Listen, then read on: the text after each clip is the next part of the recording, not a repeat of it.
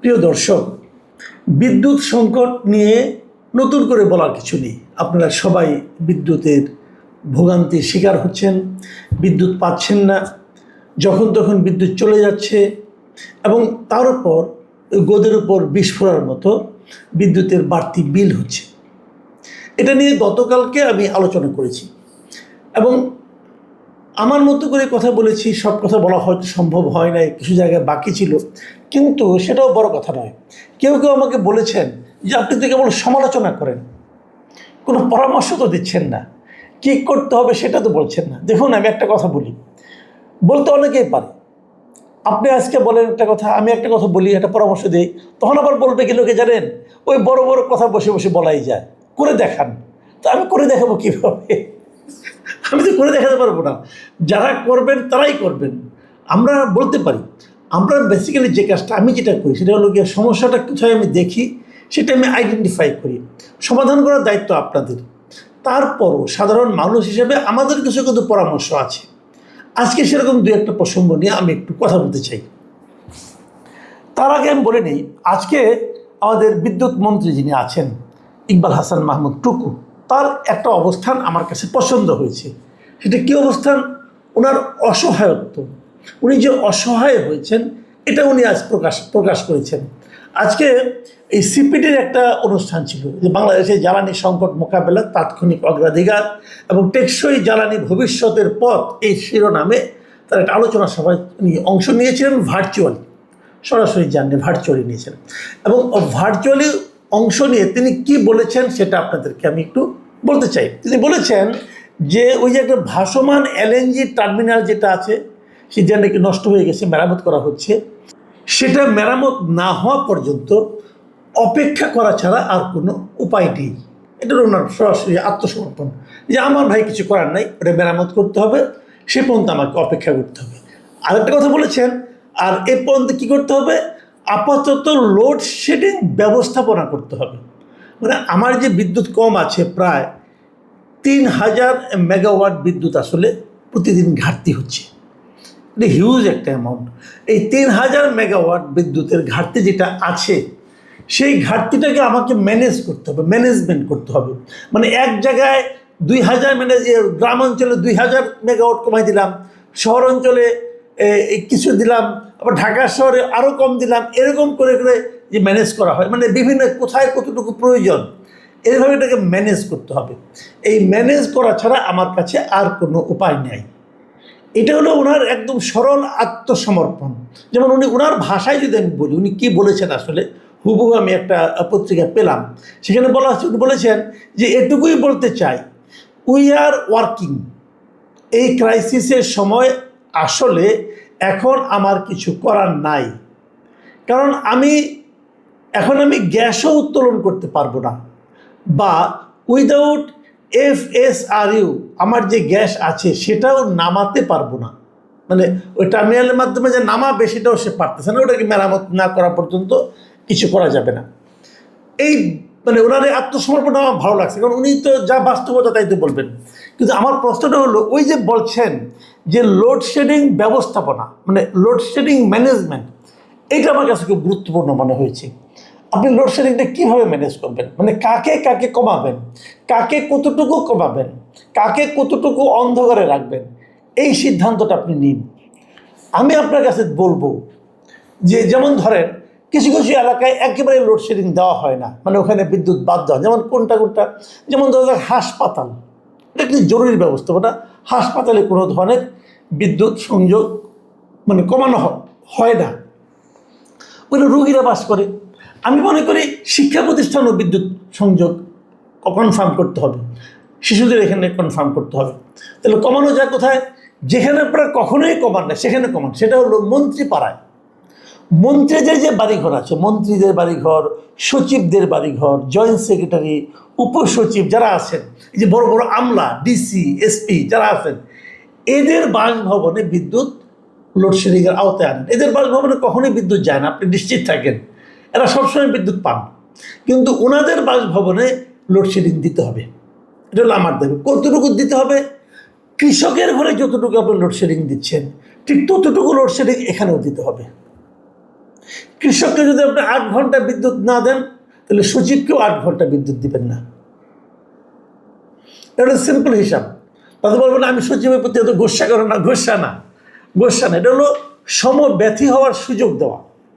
ওনারা তো বুঝবেন না কৃষকরা কত কষ্টে থাকে। কৃষকের সমান লোডশেডিং এখানে দেন, ওনাদের কোনো সমস্যা হবে না, কারণ ওনাদের টাকা আছে। ওনারা বিকল্প ব্যবস্থা করতে পারবেন। বিকল্প ব্যবস্থা করুন, আইপিএস কিনুন, আইপিএস চালান, অসুবিধা নেই তো কোনো। অথবা আপনি নিজের টাকায় জেনারেটর চালান, তাও কোনো আপত্তি নাই। কিন্তু লোডশেডিং যেটা বলি আমরা, সেটা হলো কৃষকের ঘরে যতটুকু আছে তার চেয়ে কম লোডশেডিং শিক্ষা প্রতিষ্ঠান এবং হাসপাতাল এরকম জরুরি কিছু বিষয় ছাড়া আর কোথাও তার চেয়ে কম লোডশেডিং থাকতে পারবে না। এটা হলো ক্লিয়ার করেন আগে। এটা যদি করতে পারেন তাহলে বলবো এটা হবে রিয়েল ম্যানেজমেন্ট। পারবেন কি না আমি জানি না, কিন্তু পারতে পারা উচিত। ওটা যদি করতে পারেন কেবল তাহলেই বলবো যে আপনারা জনগণের সরকার কায়েম করতে পেরেছেন। উনি আরও একটা কথা বলেছেন, সে প্রসঙ্গটা আমি পরে আসছি। ওটা একদিন আগে বলেছেন, সেটা একটা বড় প্রসঙ্গ, সেখানে আমি একটু পরে আসছি। তার আগে আরেকটা কথা বলি। সরকার একটা সিদ্ধান্ত নিয়েছে, প্রধানমন্ত্রীর কার্যালয় সহ 5টা সরকারি দপ্তরে সৌর বিদ্যুৎ ব্যবহারের নির্দেশ দেওয়া হয়েছে। দেখুন, আমি মাঝে মাঝে অনেকে আমাকে বলেন আমি কেন প্রধানমন্ত্রী প্রশংসা করি। এটা এই কারণেই করি যে এই ভদ্রলোক কিন্তু কিছু করার চেষ্টা করতেছেন। উনি কি করেছেন, ওনার নিজের কার্যালয়, তার সঙ্গে উনি যুক্ত করেছেন বঙ্গভবন, মন্ত্রিপরিষদ বিভাগ, তারপরে প্রধানমন্ত্রী কার্যালয় তো আছেই, পরিকল্পনা কমিশন, অর্থ বিভাগের দাপ্তরিক কাজে যত বিদ্যুৎ ব্যবহার হয় তার সিংহভাগ সৌর বিদ্যুৎ ব্যবহার করতে হবে।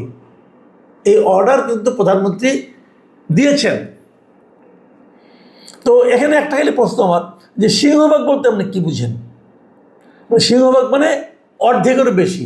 তাহলে মিনিমাম 51% বিদ্যুৎ এখানে যা ব্যবহার হয় তার 51% সৌর বিদ্যুৎ থেকে নিতে হবে।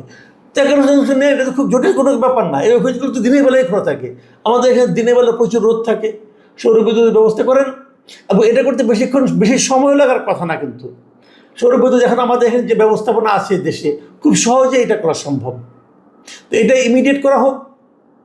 এবং এটা আমি তো মনে করি এটা করার জন্য কোনো একটা বিভাগকে যারা আছে তাদেরকে আপনি 3 দিনের সময়সীমা বেঁধে দেন, যে 3 দিনের মধ্যে এটা ইমপ্লিমেন্ট করতে হবে। এবং যদি যে না করতে পারবে দায়িত্ববান ব্যক্তিকে জরিমানা সহ মানে একটা শাস্তি সহ বদলি করে দেন, ডিক্লেয়ার করেন। দেখেন 3 দিনের মধ্যে অনেকটা হয়ে যাবে। কারণ এখানেই না, এই সঙ্গে আপনারা বলুন যে প্রত্যেকটা জেলা প্রশাসক সহ উপজেলা নির্বাহী কর্মকর্তা এবং এখানে যত সরকারি অফিস আছে, সরকারি অফিসগুলোর উপর অনেক জায়গা আছে, ওখানে সৌর প্যানেল ইজিলি সেট আপ করা যাবে। এই সব জায়গায় সৌর বিদ্যুৎ চালু করতে হবে। অর্ডার দিয়ে দেন, 3 দিনের মধ্যে দেখবেন অনেকটা কিন্তু লোড ম্যানেজমেন্ট হয়ে যাবে। কারণ আমরা এলএনজিটা নামাতে পারছি না আমাদের টার্মিনালের কারণে। যখন নামবে তখনও কিন্তু বিদ্যুৎটা কিন্তু ক্রাইসিস থেকেই যাবে। কাজে এটা কিন্তু আপনাদেরকে এখন ইমিডিয়েট করতে হবে। প্রধানমন্ত্রী অনেক সিদ্ধান্ত দিচ্ছেন, বাস্তবায়ন তো করতে হবে। বাস্তবায়ন করে দেখান আপনারা চান। আরেকটা কথা বলি, সেই জিনিসটা হলো আমাদের এই জ্বালানি মন্ত্রী একটা কথা বলেছেন, বিদ্যুৎ মন্ত্রী, সেটা একদিন আগে বলেছিলেন যে ব্যাটারি অটো রিক্সা চার্জের কারণে মধ্যরাতে বিদ্যুৎ সংকট অস্বাভাবিক বাড়ছে। এটা একদম একটা মানে জেনুইন কথা। আপনার যে কোনো শহরে, জেলা শহরে, উপজেলা শহরে, রাজধানী শহরে যেখানে আপনি যাবেন দেখবেন পথ যেটা আছে, রাস্তা যেটা আছে শহরের মধ্যে ব্যাটারি চালিত রিক্সায় ভরে গেছে। তো এই ব্যাটারি চালিত প্রতিটা রিক্সার কিন্তু ব্যাটারিকে চার্জ করতে হয়, রাতের বেলায় চার্জ করে। এবং দেখা গেছে যে একটাই ব্যাটারি নাকি চার্জ করতে পারে 90 টাকার মতো লাগে। আমি যতটুকু শুনেছি, সত্য মিথ্যা আমি বলতে পারবো না। তাই যদি হয়, তো এই যে এত বিদ্যুৎ ব্যাটারিগুলো সারা চার্জ হতে থাকে, এই সময় কিন্তু বিদ্যুতের একদম পিক আওয়ার, মানুষ কষ্ট থাকে এই বিদ্যুতের কারণে। তো এই বিদ্যুৎগুলিকে থামাতে হবে। আপনি থামাবেন কীভাবে? তার সঙ্গে আমি যুক্ত করি যে ব্যাটারি চালিত যে রিক্সাগুলো আছে এর দাপট আপনাকে কমাতে হবে। কেন এত বেড়ে গেছে? পৃথিবীতে মনে হয় একমাত্র দেশ বাংলাদেশ, যে দেশের রাজধানী শহরে সবচেয়ে বেশি যে যানবাহনটা চলে, যে যানটা চলে, সেই যানের কোনো রেজিস্ট্রেশন নাই। আমাদের সরকার বলতে পারবে না যে দেশে কতগুলি ব্যাটারি চালিত রিক্সা চলে। কেন বলতে পারবে না? সরকারের কি সে ধরনের বিভাগ নাই? আছে। তারা কাজ করে না কেন? একটা বেসিক পয়েন্ট, কিন্তু ঢাকা শহরে কত ব্যাটারি চালিত রিক্সা আছে তার কারো কাছে কোনো হিসাব নাই, কোনো রেজিস্ট্রেশন দেওয়া হয় না। প্রতিদিন যার ইচ্ছা হচ্ছে একটা করে ব্যাটারি চালিত রিক্সা রাস্তায় নামিয়ে দিচ্ছে, কেউ জিজ্ঞাসা করে না, কেউ থামায় না। এই যে বিষয়টা, এটা যতক্ষণ পর্যন্ত আপনি কনফার্ম করতে না পারবেন ততক্ষণ আইনে শাসন কায়েম করতে পারবেন বলেন? আমি সরাসরি প্রস্তাবটা দিচ্ছি, যেহেতু অনেকে বলে প্রস্তাব দেয় না, প্রস্তাব দিচ্ছি, দেখি এটা সরকার ইমপ্লিমেন্ট করতে পারে কিনা। প্রথম কাজ, দেশের সমস্ত ব্যাটারি চালিত রিক্সার রেজিস্ট্রেশন নাম্বার আপনারা দেন। খুব সিম্পল কাজ, কিন্তু সিটি কর্পোরেশন হলে সিটি কর্পোরেশন দিবে, পৌরসভা হলে পৌরসভা দিবে, ইউনিয়ন পরিষদ হলে ইউনিয়ন পরিষদ দিবে। আপনারা বলেন রেজিস্ট্রেশন ছাড়া কেউ চলতে পারবে না। প্রত্যেকটা ব্যাটারি চালিত রিক্সায় একটা সিরিয়াল নাম্বার আপনারা দিয়ে দেন। সেই সিরিয়াল নাম্বার যে কে মালিক তার নাম থাকতে হবে, মালিকের এনআইডি নাম্বার, মোবাইল নাম্বার এবং মালিকের নাম, এই তিনটা তথ্য প্রত্যেকটা রিক্সার পেছনে বড় বড় করে লেখা থাকতে হবে।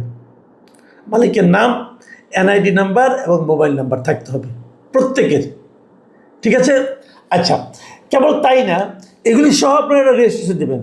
রেজিস্ট্রেশনকে চার্জ দেন, প্রতিটা রিক্সার থেকে 10,000 টাকা রেজিস্ট্রেশন চার্জ দেন। এটা 10,000 টাকা দিয়ে আমি এটা রেজিস্ট্রেশন তোমাকে করতে হবে। তাহলে এই 10,000 টাকা কিন্তু সরকারের ঘরে আসবে, রাজস্ব আসবে। প্রতি মাসে একটা চার্জ দেন, প্রতি মাসে 1,000 টাকা নেন, খুব বেশি টাকা না, এটা 500 টাকা নেন আপনারা। এটাও কিন্তু সরকারের একটা ইনকাম হবে প্রতি মাসে। আচ্ছা, তার সঙ্গে যুক্ত হবে এইটা, এবং সেখানে যখন রেজিস্ট্রেশন আপনি দিবেন সেখানে ওই মালিককে বলতে হবে যে তার এই রিক্সা সে কোন গ্যারেজে রাখে, গ্যারেজের ঠিকানা দিতে হবে।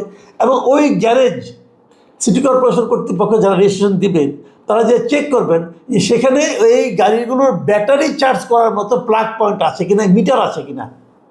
এই মিটারটা আলাদা মিটার হতে হবে, বাড়ির মিটারে চলবে না।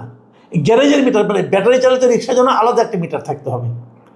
তাহলে বিদ্যুৎটা চুরি করার কোনো সুযোগ থাকবে না।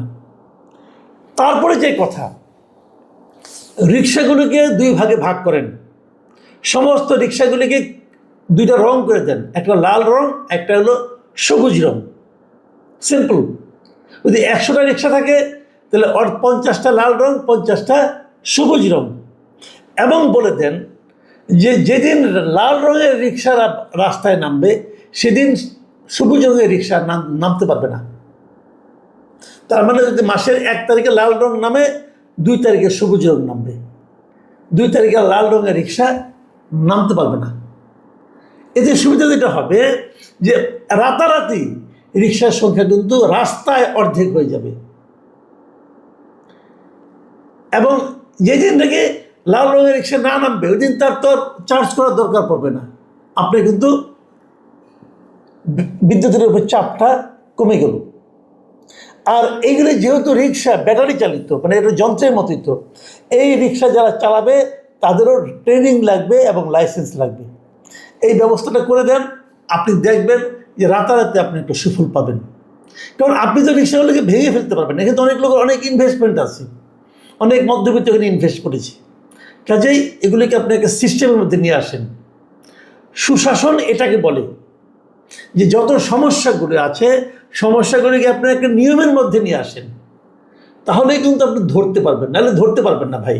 তাহলে এরকমভাবেই চলবে, চিৎকার চেঁচামেচি হবে, মানুষের ভোগান্তি হবে, মন্ত্রী 2 হাত তুলে বলবে আমার কিছু করার নাই। মন্ত্রীকে আমি প্রশংসা করলাম, কিন্তু তার সঙ্গে সঙ্গে এটাও বলছি মন্ত্রী যদি 2 হাত তুলে দেওয়ার অর্থ হলো যে আপনি আসলে ব্যর্থ হয়ে গেছেন।